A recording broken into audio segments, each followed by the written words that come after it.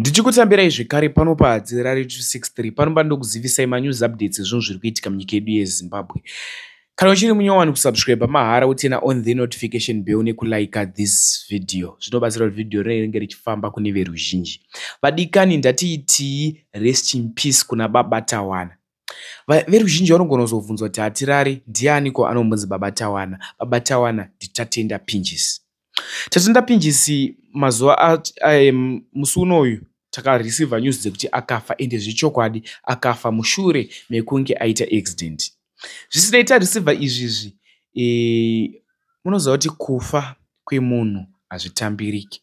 Ishoko rinorwadza, ishoko rinodzimba. Nekuti makaona vana vakumira chiri chigroup vachitaura kuti tinokumbira kuridzirwa song yekuti saina upinde murudo, asiya vana veruzhinji dziri nherera.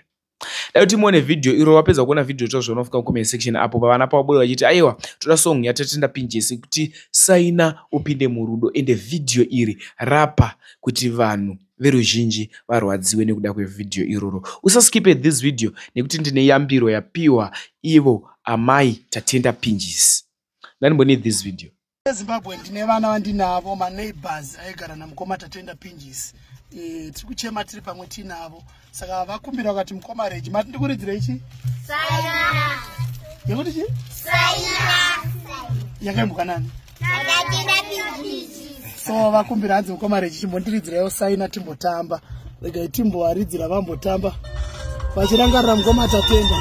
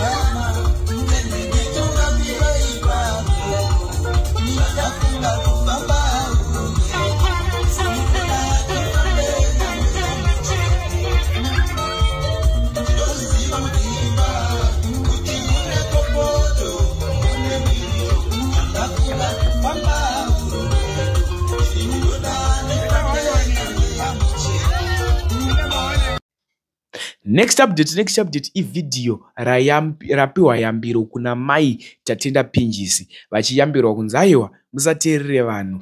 Da kuti muone video inisati rarani kuni kuedzeredza nyaya idzi kana kudzitapudza, tofamba nenyaya sezvadziri nguva nenguva. Vadikani inisati rari ndafunga kukutizai, tinosangana zvekare manje munguva inotevera. Much love. Kuneni mese veukama dzaindipe yambiro kune mukadzi waTatenda. Musateerere zvekutaurwa nesocial media. Muchanzwa zvinhu zvichakurwadzai pamusoro pake uyu.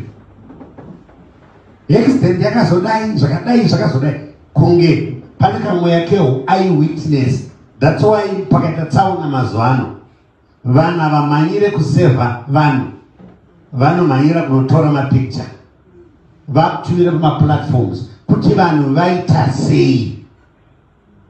Madam, zvamuchanzwa kuti zvakadai zvakazodai hazvichadzosa murume wako aenda. Nemuwo vari hama dzaindi kupei yambiro kuti muzoda wanzwe chii, latest pamusoro pomurume wako, hanzi zvakazodai muda kuti aita sei mwana mudiki akadai.